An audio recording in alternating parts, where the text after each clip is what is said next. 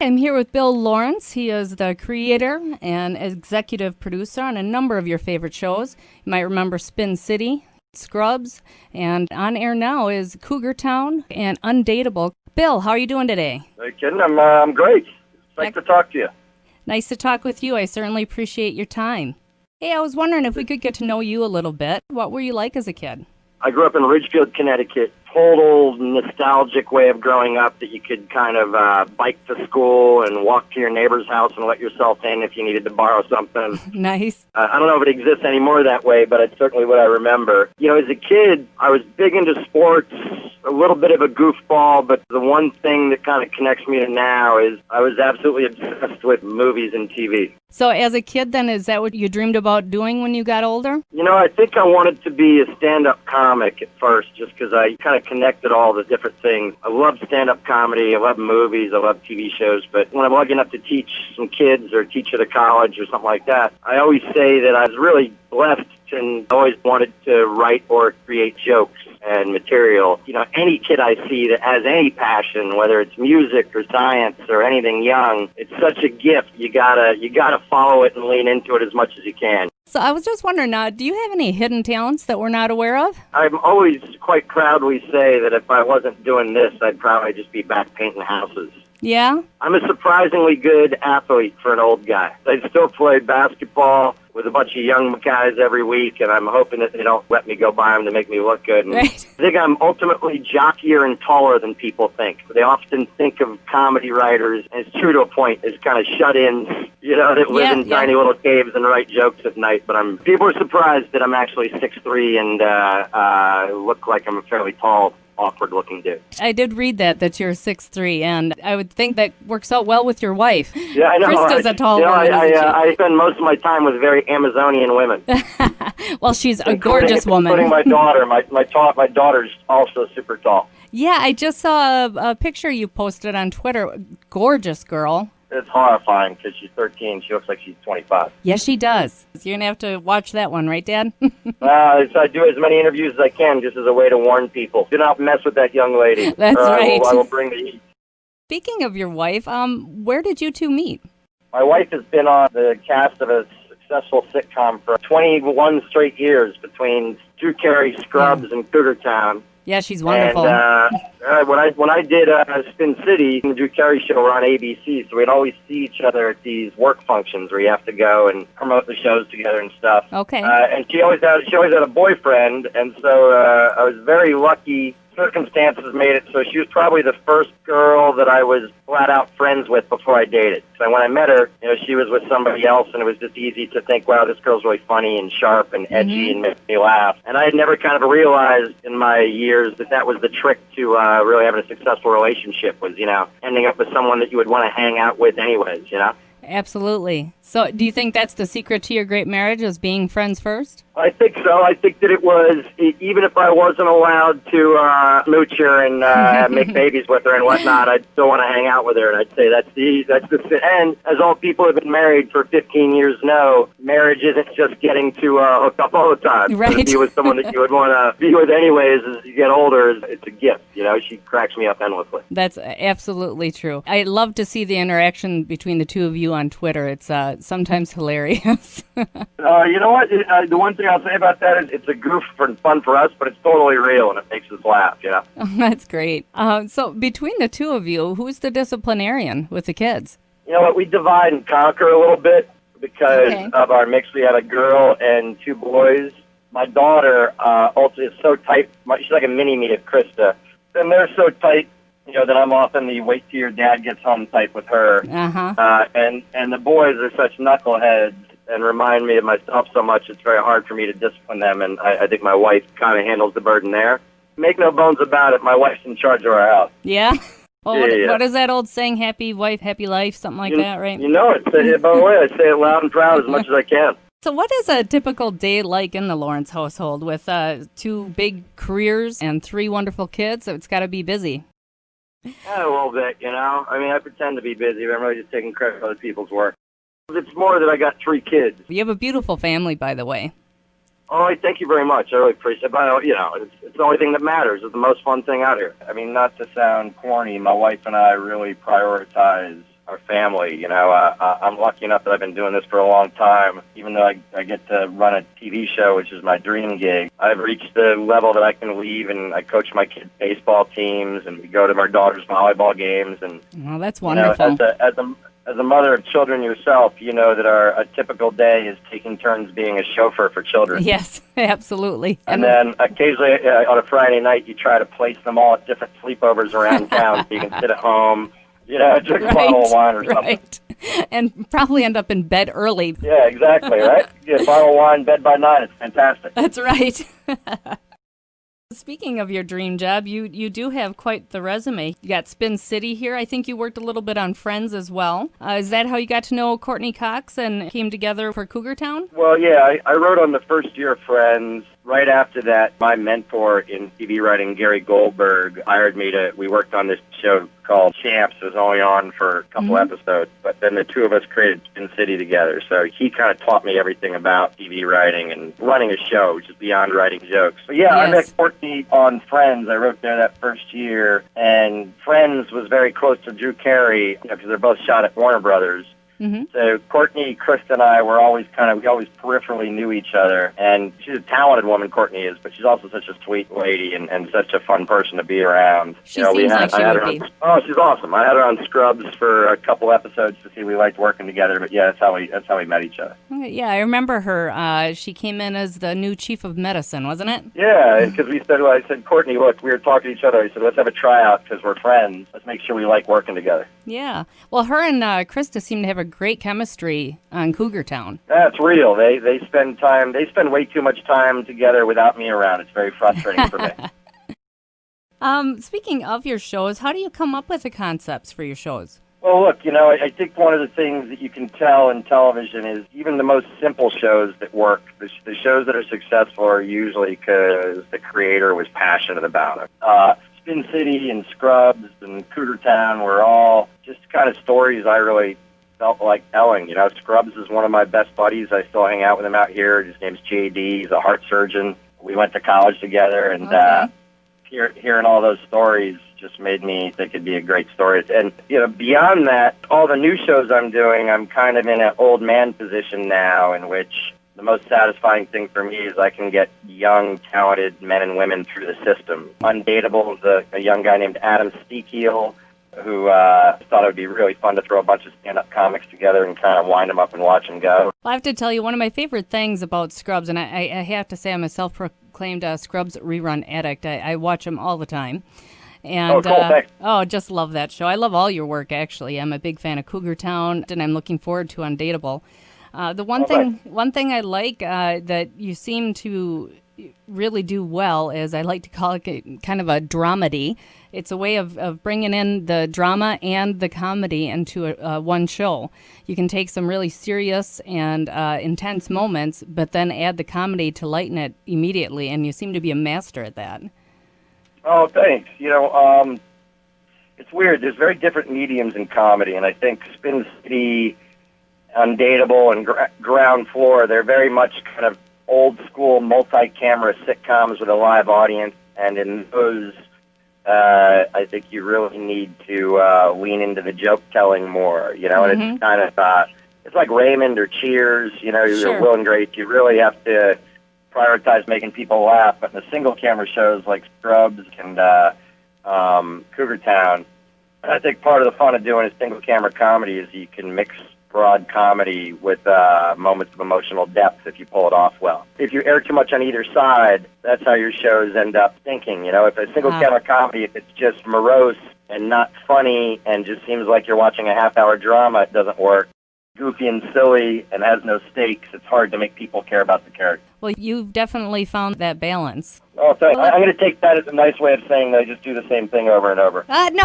You got to realize, Shannon, I'm a neurotic writer at heart, Well, speaking of your writing, do you have a certain writing process, something you go through and you sit down to write? I do. Everybody has their own style, A lot of people write a very detailed outline. I've been doing it a long time and kind of structure things out in my head. So once I have a good idea, I'll sit with it for a while, and I carry around like a moleskin notebook like a pretentious college student.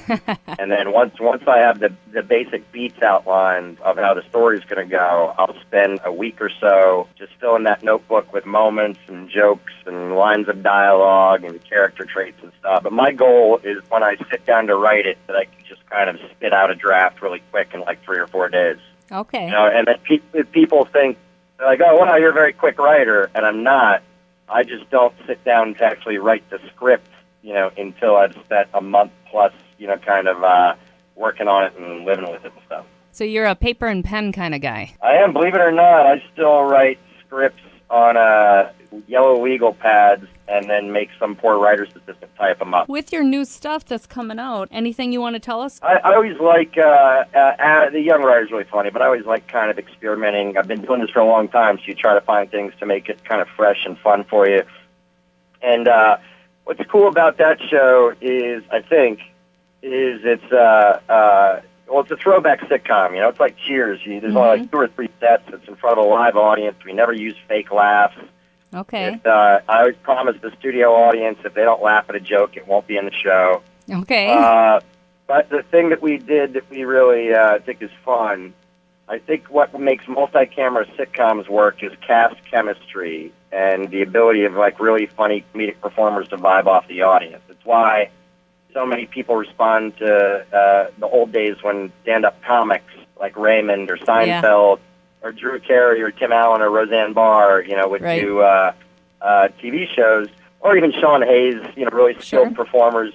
And the other thing I think people respond to is cast chemistry, which, it seems like you're watching a group of people that are already friends when you watch Friends, or Cheers. And that used to be developed by, a show would get a year to find its legs, but now you only get like 3 or 4 weeks, and people pull you. So we went into the show. What we thought would be cool was the 4 leads are all stand-up comics. They're all young comics: Christa Miller, Brent Morin, Ron Funches, Rick Glassman. And we let them kind of improv and riff off the audience. They're, they never say the same thing twice. And the way that we solved the chemistry thing was we intentionally cast 4 young comics and a female lead, Bianca Kylik, who have all known each other, in some cases already 10 years. So they have that chemistry already. Yeah, so like Christa Miller and Brent play new roommates, and in real life, Christa Miller was Brent's mentor in stand-up. They met when Brent was 19. Chris got him into the clubs. The other stand-up, Rick Glassman and Brent, lived together. They all tour with Ron Funches. Chris has known Bianca for 11 years. And what it gives you, it's funny because it's like when the show got picked up, one of the things we heard is the cast has such great chemistry. They seem like they're all friends. And I'm like, well, they've been hanging out as friends in real life, for 5 years already. So we I'm hoping it shows on the screen, but it's one of the reasons I love the show. So is that pretty much how, with your other shows as well, how you select the people to star in your shows, is you look at how they're going to interact with each other and how that chemistry works? You know what? It's I think it's the first time I've tried it so directly. I think in the other shows we've been lucky, that we have kind of a no-jerk policy at work, and we just hire really talented people, and they've all become really close, and we're very quick to kind of let the characters evolve with whoever the actor or actress is, and give them ownership of the characters. This is the first time we, specifically tried to put together a group of friends. A no-jerk policy. I like that. Sure. It's the only, you work in such close quarters with people for so many years. Life's too short to work with someone that drives you crazy. Absolutely. Absolutely. I agree. Real quick question here. I'm wondering, what's the riskiest topic you've ever broached with a show, and how was it received? You know what? We played with a lot of stuff on Scrubs.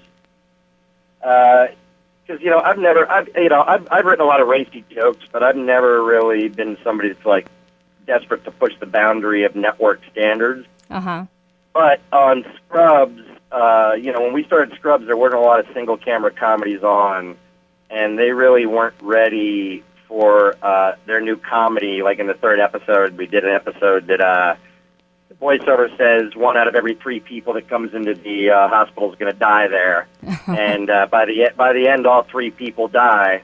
And, when you turn that into a network and they're like, hey, you guys know this is one of our comedies, right? And one of your opening episodes is about how everybody that comes to this place dies and all these kids are upset and they feel responsible. I'm like, it'll be funny. Don't worry about it. So I think to say we're the first people to do it is a lie because MASH did it so well. Oh, love MASH.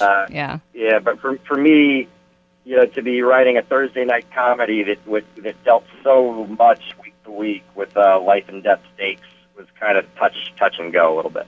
Well, and that's where you had that fine balance of the drama and the comedy, that you could get really deep into the emotional stuff and then just flip it with one-liner or something to make the whole population laugh at it.